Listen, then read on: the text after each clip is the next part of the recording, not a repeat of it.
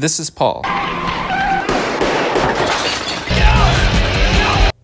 And he's not having a good night.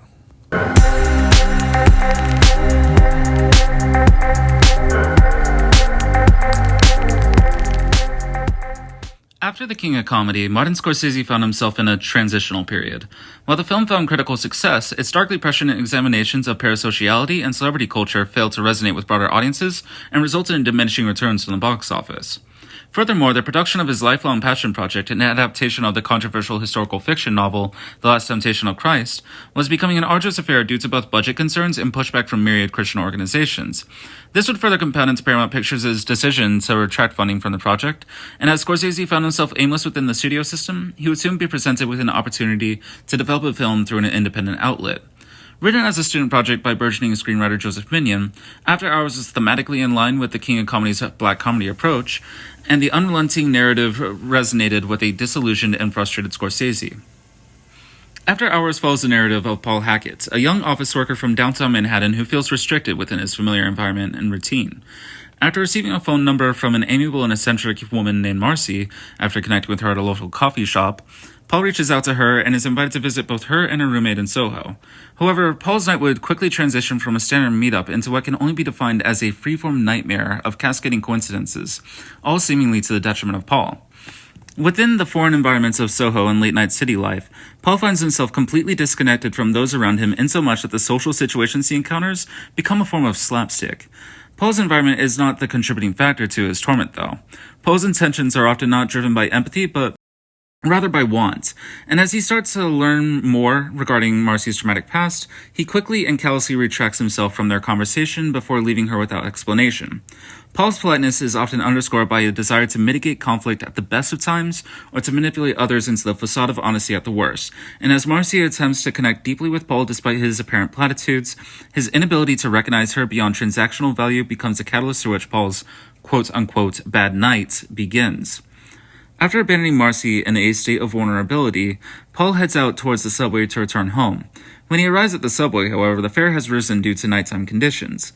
He haggles the teller to attempt to pay a lesser fare, yet as he argues with the teller, the camera consistently cuts toward Paul's assorted currency on the counter as it passes back and forth between the two men. Paul's personality and relationship with others around him is defined by Transactional on both the micro and macro level. The city at nighttime is bustling with life, yet Paul is unable to return home because he is unwilling to connect to others with unmitigated honesty. Scorsese's filmography is often explorative of transaction in myriad ways, yet one predominant element that colors his works is the presence of the unwieldy self-destruction inherent to capitalism. Some of his films, such as the 2013 black comedy biopic The Wolf of Wall Street or the mob thriller Casino, explores this straightforwardly through the central protagonist's direct connection to the systems of capital that allow them the debauchery they commit. Other films, such as the literary adaptation of The Age of Innocence or the tense crime-laden underbelly of Taxi Driver, utilize the backdrop of class structures within American society as the ignition point of the protagonist's inability to progress healthily beyond their positions in life. With this through line integral to Scorsese's oeuvre, we find Paul within the malaise of his daily routine as an individual whose job is fundamentally transactional. Prior to the modern automation of the field, Paul's position as a word processor is one wherein an individual would record a transcript of either a written document or verbal source.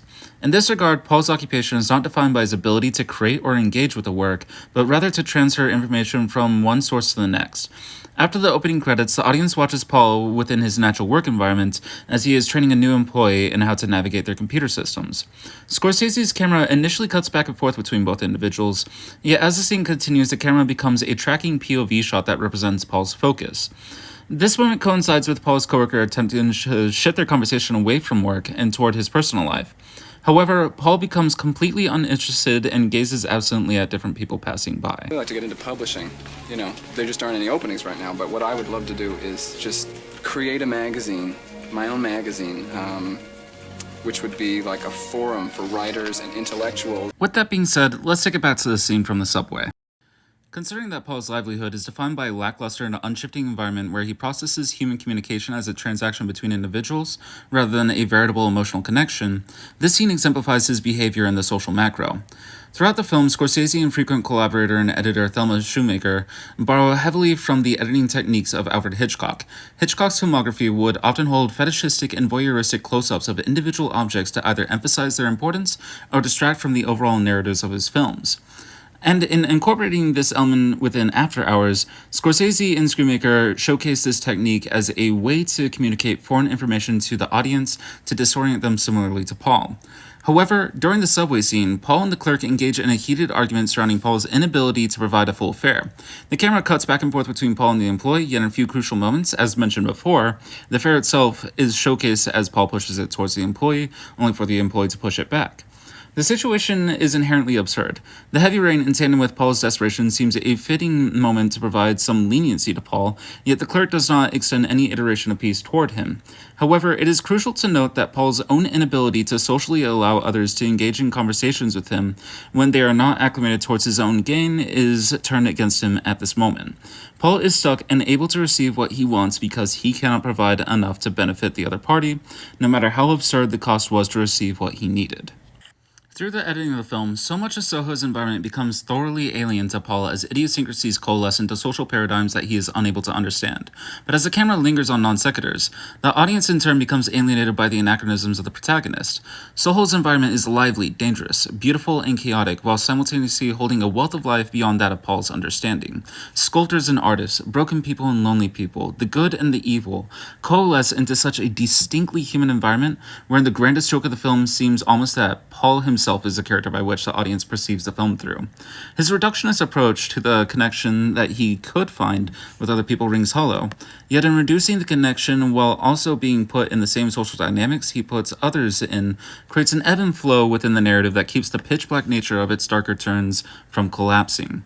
As Paul becomes a borderline exile of Soho by the third act of the film, Paul witnesses a man being murdered in a domestic dispute, and rather than reacting in horror to the event, Paul's only thought is that, I'll probably get blamed for that. and I mean, he's right. But he does not understand exactly why people believe he is every horrible thing he is trying to get away from, despite his antagonistic, dismissive, and antisocial behaviors directly influencing how others perceive him. By the end of the film, Paul collapses at the entrance of his workplace, and despite everything he has been through, he proceeds to go about his day and resumes his position back at his cubicle. Paul is lost inside his inability to perceive beyond the transactional, and he ultimately finds his place as the credits roll.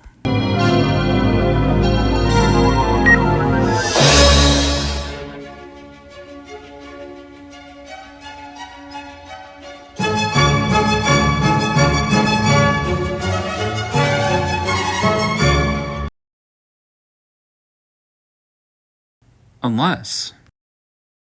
In the final shot of the film, the camera glides around Paul's workplace, compositionally mimicking Paul's wandering vision at the beginning of the film. While the ending's ambiguity lends itself to the narrative ambiguities Scorsese has employed before, Paul's absence once the camera courses around to his desk could mean a myriad of options for the protagonist. Maybe Paul learned to take action and engage with others around him. Maybe he left the building under the guise that he did not want to continue engaging with the culture that predisposed him to become transactional in his everyday connections. Or maybe, in the final joke of it all, Paul's nightmare never ends, leaving him in a world he should but cannot understand.